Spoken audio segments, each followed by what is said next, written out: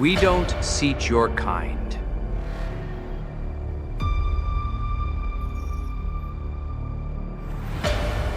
He didn't argue. He didn't pull out a phone. He just walked into the rain. Stay right there, brother. 22 minutes later, that Maître D was going to find out exactly who he'd thrown out. I have a reservation. This is how it started. 22 minutes earlier, on a rainy Tuesday in Manhattan. You don't belong in a place like this. The Maître D stepped forward, blocking the doorway, his chin tilted up like he was measuring the air above the man's head. We have a dress code here, sir. I'm going to ask you politely to leave. The man in the worn black hoodie didn't move. Didn't argue, he just looked at the Maître with those tired, patient eyes that have seen too much of the world to be surprised by it anymore. Have a reservation. The Maître D actually laughed. Not a chuckle, a laugh. Loud enough that the couple at table 7 turned their heads. Sir, I think you're confused. This is Legui. We don't seat people who look like you. We just don't now, please, before I have to call security. The man nodded slowly. Okay. He turned and walked out into the rain. 3 blocks. That's how far he made it before his phone rang. 22 minutes later, that Maître would be on his knees in the kitchen pantry, gripping a wine list like it was a life preserver, and the only thing he'd be able to say, over and over, was, "Oh God, oh God, oh God." Yeah, he picked the wrong man, the wrong hoodie on the wrong Tuesday night. Let's get into it. Let me set the scene for you. Upper East Side, Manhattan. October. Specifically East 64th Street. Half a block off Park Avenue. The kind of street where the sidewalks are swept twice a day, and the buildings have doormen with white gloves and waiting lists that take years to climb. The kind of street that smells like wet stone and expensive perfume when it rains. And on the night this all went down, October 14th, it was raining. Not pouring, just that slow, cold New York drizzle that makes the cab lights blur and the pavement shine like polished glass. Legui door was tucked between an Italian boutique and an art gallery that only sold paintings to people who didn't ask the price. The restaurant itself didn't even have a sign out front, just a small brushed brass plaque next to the door, no bigger than a paperback book, with 3 engraved Michelin stars, and the name in tiny script. If you didn't already know it was there, you wouldn't find it. That was the whole point. 3 Michelin stars, 18 tables, a 6-month waiting list for anyone who wasn't already on the private guest registry. The tasting menu ran $480 per person, wine pairing extra, service charge already included, so you wouldn't have to embarrass yourself by leaving cash on the table. The kind of place that didn't ask what you wanted. It told you what you were going to have. And you said thank you. And the man standing at the front of this house, the one in the perfectly tailored midnight blue suit, French cuffs, polished Oxford shoes, silver cufflinks shaped like tiny anchors. His name was Preston Whitlock, 46 years old, Maître at Legui d'Or for the last 9 years. Before that, 4 years at a similar place on the Place Vendôme in Paris. Before that, the Connaught in London. He had what he liked to call standards. He used that word a lot, standards, like it was a religion, like it was a wall that kept the wrong kind of people out, so the right kind of people could enjoy their evening in peace. Preston had a rule. He'd told it to every junior staff member who'd ever worked under him. You can teach a man to use the right fork. You can't teach him to belong. Whatever that meant. He thought it sounded wise. It mostly sounded like something a man says. When he spent 20 years deciding who deserves a chair and who doesn't. And the woman who'd hired Preston 9 years ago, the one who let him run the front of house like a private kingdom, her name was Vivian Ashcroft, general manager, 51. Sharp blonde bob, glasses she didn't need, a Yale's hospitality degree she liked to mention in the first 60 seconds of every conversation. Vivian believed in the brand, the mood, the vibe of the room. And anyone who threatened the vibe, by her definition, was a problem to be removed quickly and quietly, before the other guests noticed. She and Preston were a team. They thought of themselves as gatekeepers, curators, protectors of something rare and beautiful that the rest of the world wouldn't understand. Hold that thought, because in about 30 minutes, the entire world was going to understand exactly what they were. There was a third person working that night who matters here. His name was Caleb Monroe, 24 years old, junior server, 6 weeks on the floor at L'Aiguille d'Or after 2 years at a much less fancy place in Hell's Kitchen. Caleb was from Akron, Ohio. He still couldn't quite believe he'd landed this job. He paid attention. He kept his head down. He didn't ask questions, and on the night this happened, Caleb was about to learn that keeping your head down has a price, and the price is whatever piece of yourself you trade for it. Now, the man in the hoodie, the one who'd been dismissed at the door like a stray dog, I'm going to tell you who he was, but I want you to picture him first. Black hoodie faded almost to charcoal, worn at the cuffs, dark jeans the kind with a little fray at the hem from being walked on too many times, black motorcycle boots scuffed at the toes, a small black backpack, not a brand name one, just a plain black canvas bag with a single buckle, salt and pepper hair, more salt than pepper now, hanging just past his ears, a neatly trimmed beard, tired eyes, calm eyes, the kind of face you'd walk past on a subway platform 100 times and never look at twice. That was the point. That was always the point. Because the man in the hoodie was Keanu Reeves. Yes, that Keanu Reeves. And on that particular Tuesday night, October 14th, he'd come to L'Aiguille d'Or for a quiet dinner with a man named Marcus Holloway. Marcus was the executive chef at L'Aiguille d'Or, 42 years old. Born in New Orleans, trained in Lyon, 3 Michelin stars to his name, his face on the cover of Food and Wine magazine twice. And 11 years ago, before any of the stars, before any of the magazines, Marcus had been a struggling line cook in Los Angeles, working a double shift at a place near the studio lots. And a quiet customer in a black hoodie had left him a tip so generous. It had paid 2 months of rent during a stretch, when his daughter was sick and his savings were gone. They'd stayed in touch. Quietly, the way real friendships work. No social media, no press. Just 2 men who occasionally called each other to check in, to ask about the family, to talk about nothing in particular. And earlier that week, Marcus had asked Keanu if he was going to be in New York. Keanu was. He was in town for 3 days, finishing some looping work on a film. Marcus said, "Come by the restaurant Tuesday, 8 o'clock. I'll cook for you. Off the books. My table, just you and me." So Keanu came. He came directly from the studio. He doesn't change clothes. He almost never does. That's not a costume. That's just who he is. And he walked through the rain to East 64th Street, opened the discreet brass door, and stood in the soft golden light of the L'Aiguille d'Or vestibule. And Preston Whitlock looked up from his reservation book, saw the hoodie, saw the boots, saw the wet hair sticking to the man's forehead, and made a decision. He didn't ask for a name. He didn't check the reservation book.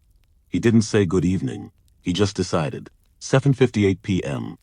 Preston stepped out from behind his small cherrywood podium.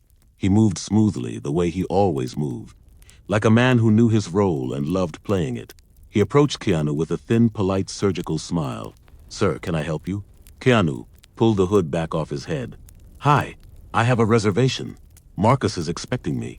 Preston's smile didn't change, but something behind his eyes did. He looked Keanu up and down, slow, deliberate, the way a person looks at something they've already decided not to like. "I'm afraid we don't have you in the book. Maybe you've come to the wrong place. There's a sandwich shop 2 blocks down." Keanu smiled, soft. Tired, the kind of smile that says, "I've been here before. I know how this goes. I'm going to try anyway. Could you check under the name Holloway?" Marcus said he'd put it under his name. Preston didn't move toward the book. He didn't even glance at it. "Sir, we have a dress code here. Jackets required for gentlemen. No denim. No casual outerwear of any kind. I'm sure you understand. Now." 2 things happened in that moment. The first was that Caleb Monroe, the junior server, was standing maybe 10 feet behind Preston, near the entrance to the dining room, folding napkins into the small, complicated swan shapes the restaurant used for the tasting menu. And Caleb looked up.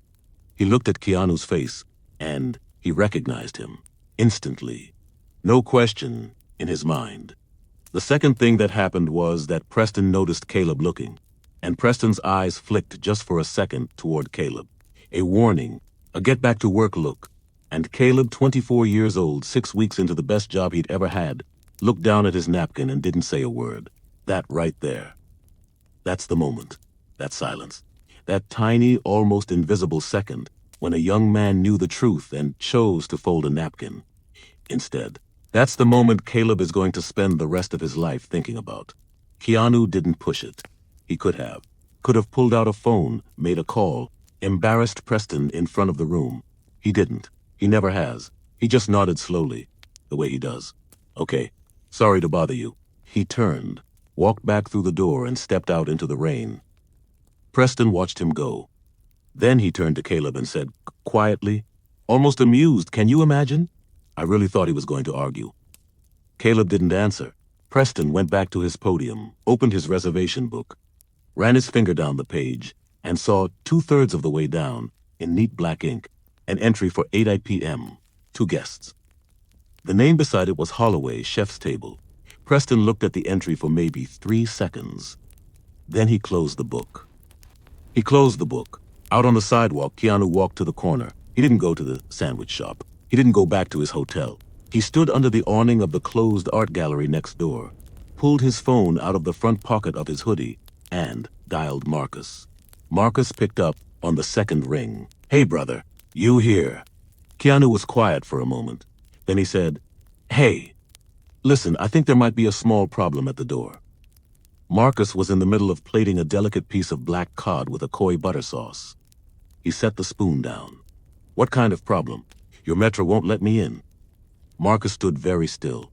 The kitchen behind him did not. 12 cooks, the hiss of the salamander, the clink of porcelain, a line cook calling out a ticket, the sounds of a 3-star Michelin kitchen running at full speed at 8 on a Tuesday night.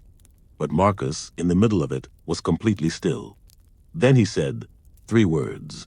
Stay right there. He took his apron off. He didn't fold it. He just dropped it on the pass.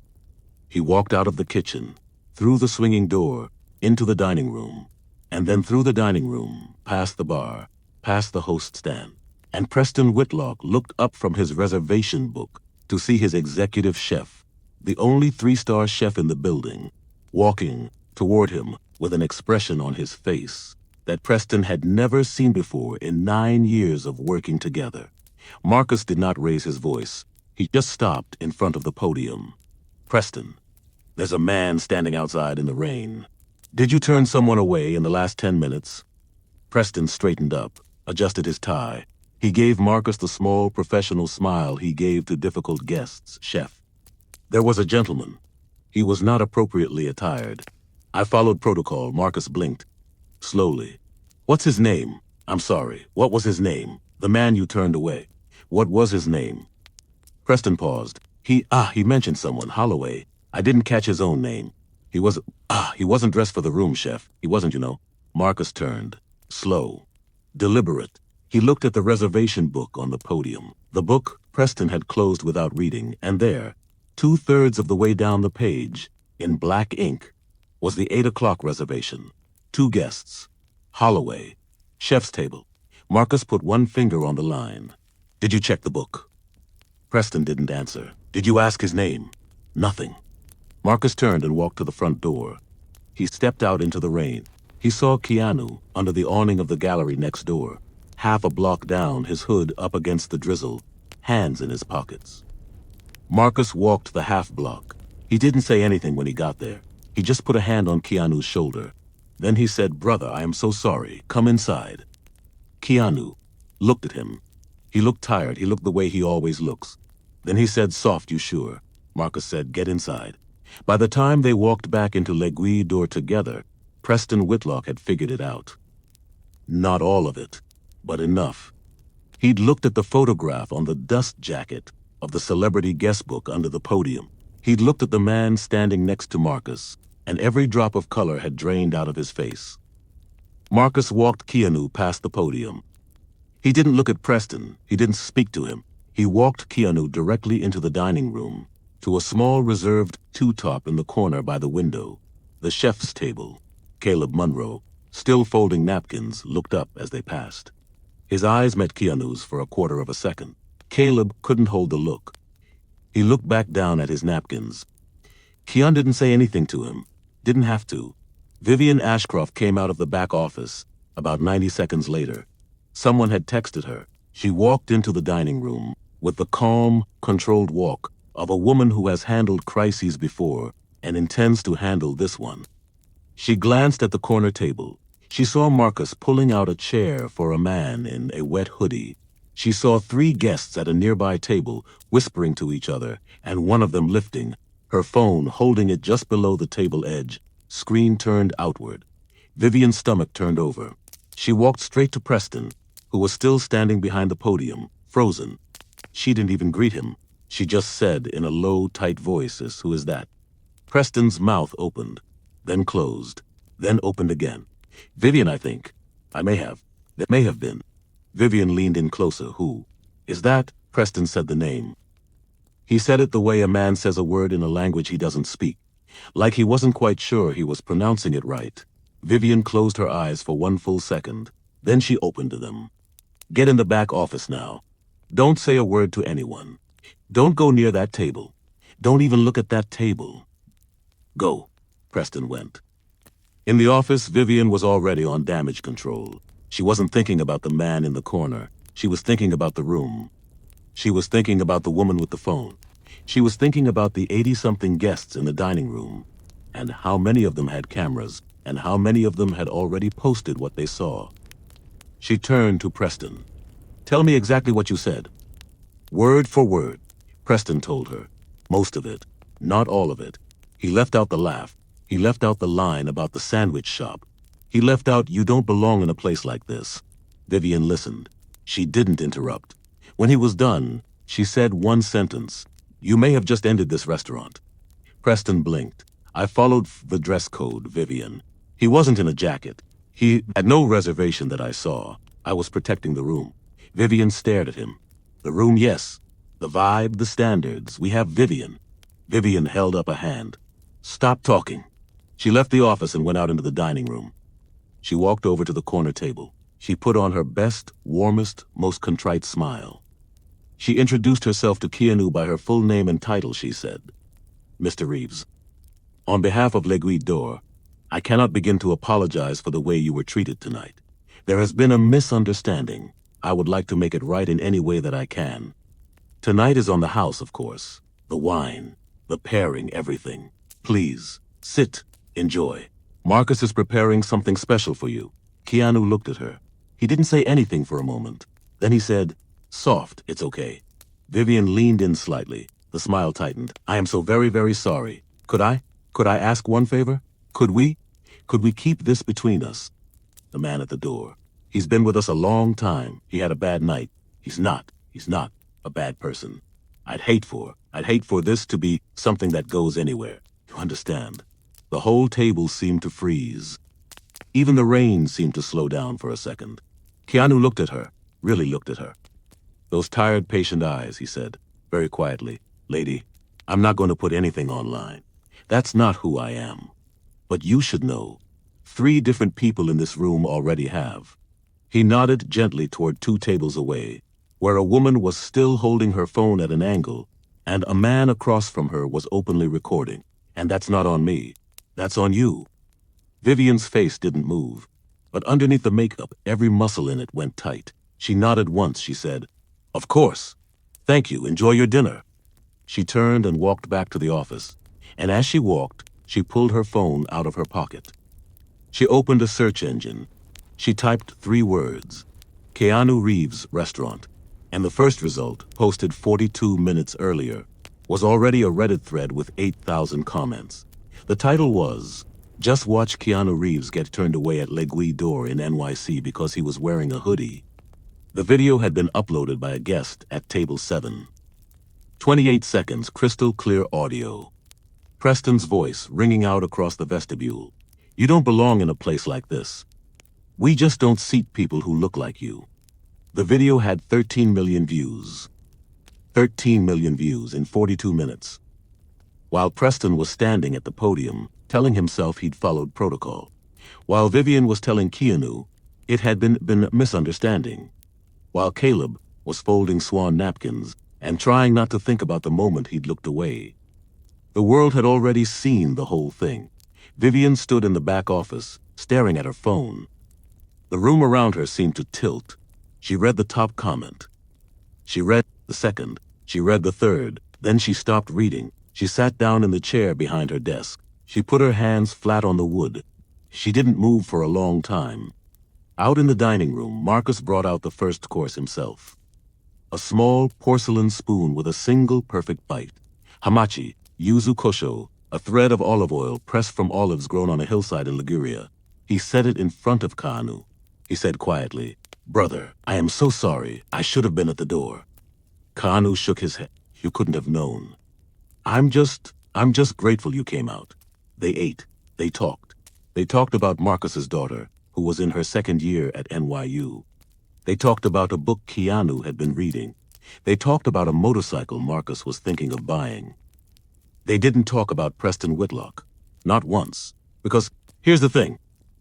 Keanu had moved on. He'd moved on the second he stepped back into the restaurant. He didn't carry it with him. He didn't need to. But the rest of the world was not moving on. The rest of the world was just getting started. By 10:14 p.m., while Keanu was on the fourth course, a butter-poached lobster with a beurre blanc that Marcus had been refining for 6 years, the story was on the front page of 3 news websites. By 11:30, it was the top trending topic on every major social platform. By midnight, the New York Times had reached out to Leguidor's press contact for comment. Vivian Ashcroft did not respond. By 2 a.m., a journalist had identified Preston Whitlock by name. By 3 a.m., a second journalist had pulled 3 of Preston's previous workplaces and was making calls to former colleagues. By 6 a.m., a former busboy from a restaurant in Paris, where Preston had worked 9 years earlier, was on a video call with a reporter, describing in calm detail how Preston had refused to seat a North African family with 2 small children one evening and had referred to them, when they were out of earshot, by a slur.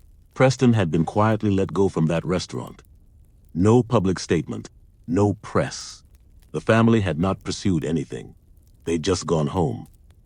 My second former colleague, this one from the Connaught in London, came forward with a similar story. A young black couple, an anniversary dinner, a reservation that mysteriously could not be found. By 9 a.m., a former server at Leguidor itself, a woman who had left the restaurant 18 months earlier, posted a long thread describing a pattern. She named 4 specific incidents. She named 2 guests by their initials with their permission. She used the word humiliated 3 different times. By noon, the count was 11 separate accounts of Preston Whitlock turning away or mistreating guests over a 15-year career. 11 people over 15 years whose stories had gone nowhere because none of them had been famous. 11 people who had walked out into the rain or the snow or the bright sunshine of a Tuesday afternoon and gone home and told no one, or told someone who couldn't do anything about it, or told someone and been told, "Let it go, it's not worth it, you'll just hurt yourself." 11. That's the part that should make your chest hurt. Because Keanu Reeves was number 12, and he was the only one anybody had ever heard about. By Wednesday afternoon, 24 hours after the incident, Leguidor had received over 4,000 cancellation requests. The phone lines had crashed twice. The reservation email account had filled past capacity. 3 corporate sponsors of the restaurant's annual charity gala had pulled out by 5 p.m. The Michelin Guide had issued a brief, careful statement, saying they were aware of the situation and reviewing. Reviewing. That word, in the world of fine dining, is the word you do not want to hear. Vivian Ashcroft had not slept. She called an emergency board meeting for Thursday morning. She didn't sleep then either. On Thursday morning at 10 a.m., 5 board members and 2 outside counsel sat around the cherrywood table in the private dining room of Leguidor. Vivian sat at the head of the table. She presented a summary of the situation. She presented the social media analytics. She presented the projected revenue loss for the quarter. She presented 2 letters from major shareholders demanding action. And then she paused, and she said, "We have to terminate Preston Whitlock. Effective, immediately." The board agreed, unanimously. Preston was called in at 11:30. He arrived in another perfectly tailored suit. Charcoal gray this time. His hands were shaking. He sat across from Vivian and the two attorneys. He did not get a chair at the cherrywood table. He got the chair across from the cherrywood table. Vivian did not look at him while she read the prepared statement. Termination for cause. Conduct unbecoming of the L'Aiguille d'Or standard. Violation of the restaurant's stated non-discrimination policy. Material misrepresentation in his interaction with a confirmed guest. Effective immediately. Final paycheck would be mailed. Health insurance would terminate at the end of the month. Preston listened. When Vivian finished reading, he sat very still. Then he said, quietly, "I followed protocol. I was protecting the brand. There was no reservation in front of me." Vivian finally looked up. "Preston." "There was. You closed the book." He blinked. "I did not." He said it like a child says he didn't break the lamp. "We have the security footage. From the camera above the podium. We watched it this morning.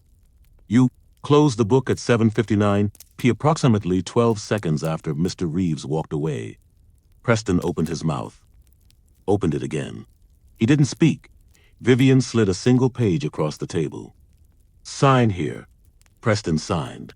He left the building through the staff entrance. There were no reporters there yet. There would be by Friday. He went home. He sat on the edge of his bed, in his small one-bedroom apartment in Murray Hill, still wearing the charcoal suit, and he stared at his hands for almost 2 hours. Vivian Ashcroft kept her job for another 6 weeks. She survived the initial firing of Preston. She survived the first wave of press. She did not survive the second wave. Because once a story like this catches fire, the questions don't stop at the Maître d'. They climb. By the third week, 2 more former L'Aiguille d'Or employees had come forward with statements about the culture Vivian had built. 2 specific quotes were attributed to her in writing. One of them was, "We curate the room. That means knowing who fits." The other was longer and worse. By the 5th week, the board had received a letter signed by 41 current and former employees calling for new leadership. Vivian was offered a quiet exit. She took it. She left without a press statement. She received a severance package she was not legally entitled to in exchange for signing a non-disparagement agreement. She moved to a smaller city. She did not return to fine dining. The board of L'Aiguille d'Or brought in a new general manager from outside the industry. A woman named Helen Kavanagh, who had spent 10 years running operations for a nonprofit that placed formerly incarcerated workers in hospitality careers. Helen rewrote the dress code. The new policy fit on a single line. "Guests are welcome." The new training program included a 4-hour module on dignity, judgment, and the cost of assumption. Every employee took it, no exceptions, including the dishwashers, including the porters, including the board. The Michelin Guide, after their review, allowed L'Aiguille d'Or to retain its 3 stars on the condition that the restaurant remain in good standing with its new policies for the following 12 months. They were watching. Everybody was watching. Marcus Holloway stayed on as executive chef. He requested one change to his contract, a clause giving him the authority to override front-of-house decisions involving any guest in his dining room. The board agreed. He never had to use it. Caleb Monroe. Remember Caleb, the 24-year-old junior server who looked down at his napkins when he should have looked up. Caleb went home that Tuesday night and didn't sleep. He sat on the small futon in his shared Bushwick apartment, and he stared at the ceiling, and he replayed the moment over and over. The look on Keanu's face, the look on Preston's face, his own hands folding a napkin into a swan. On Wednesday morning before his shift, he wrote a 1-page letter. He printed it at a copy shop on Atlantic Avenue. He brought it to work. He gave it to Marcus. The letter described what he had seen and heard at the door on Tuesday night, word for word, including the laugh, including the sandwich shop comment, including the line that Preston had quietly omitted from his version of events. Caleb signed his name at the bottom. He added his phone number. Marcus read the letter. Then he looked at Caleb for a long moment. Then he said, "You didn't have to do this." Caleb said, "Yeah, I did." The letter became part of the internal record. It was cited in Preston's termination paperwork. It was cited in the board's review of Vivian. Caleb didn't tell anyone he'd written it. He didn't post about it. He didn't talk about it. 8 months later, when Helen Cavanaugh promoted him to head server of the chef's table section, he wrote her a thank you note in pen on hotel stationery. He never mentioned the letter. And Keanu. What about Keanu? He finished his dinner that Tuesday night. He had the cod. He had the lobster. He had a small chocolate dessert with a single fresh raspberry on top. He drank 1 glass of red wine. He hugged Marcus at the door. He walked out into the rain. He did not give a single interview. He did not post anything online. He did not return any of the 17 calls his publicist made over the next 3 days, asking if he wanted to make a statement. The next morning, he was back at the studio looping dialogue. The day after that, he flew to Berlin for another project. 2 weeks later, on a late-night talk show, when the host tried to bring it up gently, Keanu just smiled, that tired patient smile, and said, "You know, people have bad days. I hope he's okay." The host moved on. The internet did not move on. The internet noticed exactly what Keanu had done by saying so little. The internet noticed that he had not asked for Preston Whitlock's job.